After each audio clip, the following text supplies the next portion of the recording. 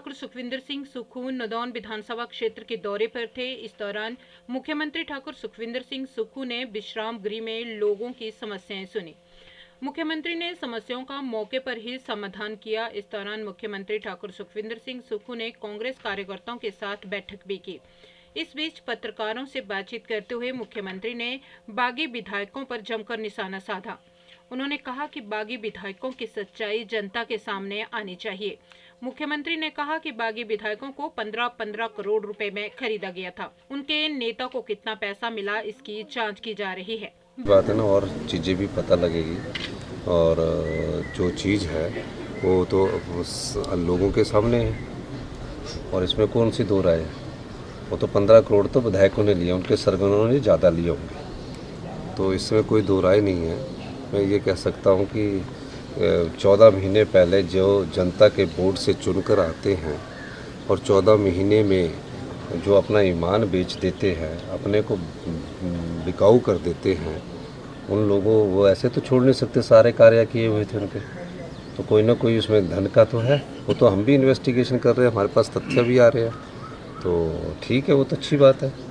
वो तो सत्या तो सामने लाना ही पड़ेगा ना जनता की अदालत में।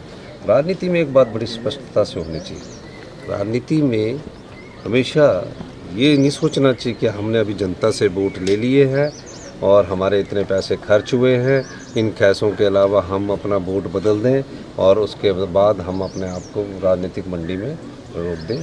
तो इस प्रकार की जो बात है वो सत्य है, इसमें कोई दो राय नहीं है। बागी विधायकों के मानहानि मामले पर मुख्यमंत्री ने कहा कि बागी विधायकों की सच्चाई जनता के सामने आनी चाहिए। मुख्यमंत्री ने कहा कि बागी विधायक 15-15 करोड़ रुपए में बिके हैं, जबकि उनके नेता को कितना पैसा मिला, इसकी जांच हो रही है। उन्होंने कहा कि बागी विधायकों द्वारा ये प्रयास लोकतंत्र को कमजोर करने के लिए किया गया और जो लोग जनता द्वारा चुने जाते हैं और नोटों के आधार पर इस्तीफा देते हैं, वे इस्तीफा क्यों देते हैं, इसका रहस्य जनता के सामने उजागर होना चाहिए। उन्होंने कहा कि आखिर ऐसा क्या हुआ कि उन्होंने अपने एक्शन और एसडीएम के माध्यम से 14 महीने में लाखों रुपए का काम किया, लेकिन शाम को खाना खाते हैं और सुबह अपनी संपत्ति और आत्मा बेच देते हैं।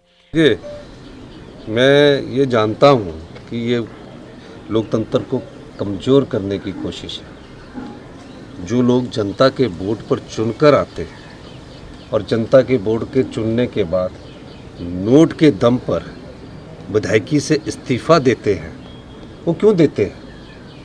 इसके पीछे के राज को जनता के पास हमको लाना ही पड़ेगा। ये हमें जनता की अदालत में बताना ही पड़ेगा कि ऐसी क्या हुआ कि 14 महीने में सब उनके एक्शन, सब एसडीएम, सब प्रकार का स्टाफ उनका लगा, लाखों करोड़ों रुपए के उनके काम हुए, 3-3, 400-400 करोड़ के एक विधानसभा क्षेत्र में काम हुए।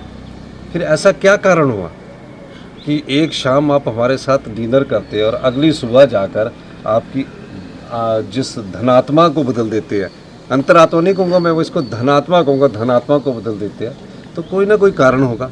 चलो राज्यसभा की वोट में आपने बीजेपी के प्रत्याशी को वोट डाला, बजट में क्यों नहीं आया?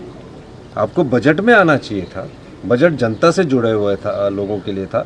जब 70 साल से ऊपर के बुजुर्ग को हम फ्री मेडिकल फैसिलिटीज़ दे रहे हैं, मनरेगा में जो हमारी बहनें या भाई काम करते हैं उनकी 60 रुपये ऐतिहासिक वृद्धि की, किसान को गाय का हिंदुस्तान का पहला हिमाचल प्रदेश राज्य बना, जहां गाय के दूध पर 45 रुपये प्रति किलो के हिसाब से हमने मिनिमम सपोर्ट प्राइस दिया, भैंस के दूध का हमने 55 रुपये सपोर्ट प्राइस दिया।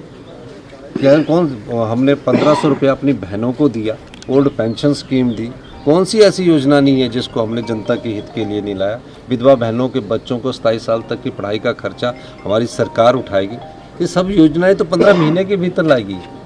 फिर ऐसी क्या बात हुई कि आपने अपना ईमान बेच दिया? और जो बिकता है वो जनता की अदालत में हमें ये साबित करना कि बिकाऊ जो है उसको कभी जिताऊ नहीं बनाना। जो बिकेगा वो निश्चित रूप में मैं कह सकता हूँ कि आने वाले समय में जनता की भावनाओं को ठेस पहुँचाए। मुख्यमंत्री सुखविंदर सिंह सुक्खू ने कहा कि लोकसभा चुनावों और विधानसभा उपचुनावों के लिए टिकट फाइनल करने के लिए शनिवार को दिल्ली में स्क्रीनिंग कमेटी की बैठक होगी। इसके बाद नाम केंद्रीय चुनाव समिति को भेजे जाएंगे। शाम तक टिकट को लेकर स्थिति साफ हो जाएगी। मुख्यमंत्री ने कहा कि आजादी से पहले, आजादी के बाद भी कांग्रेस ने संघर्ष किया। पहले देश को आजाद कराने की लड़ाई लड़ी, बाद में देश को अपने पैरों पर खड़ा करने की। जब देश आजाद हुआ तो सुई भी नहीं बनती थी। 2 प्रधानमंत्रियों और एक पूर्व मुख्यमंत्री सहित कई कांग्रेस नेताओं और कार्यकर्ताओं ने देश के लिए अपना बलिदान दिया है। कांग्रेस की विचारधारा देश को आगे ले जाने की है। कल दिल्ली में हमारी पहले कोऑर्डिनेशन की मीटिंग है और उसके बाद हमारे स्क्रीनिंग की मीटिंग है। कल कुछ प्रत्याशियों का स्क्रीनिंग के बाद सेंट्रल इलेक्शन कमेटी जो हाईकमांड की होती है वो तय करती है और उसके बाद हमारे प्रत्याशी जिनके भी नाम की घोषणा होगी वो चुनाव प्रक्रिया में अपने जोर शोर से प्रचार में लग जाएंगे।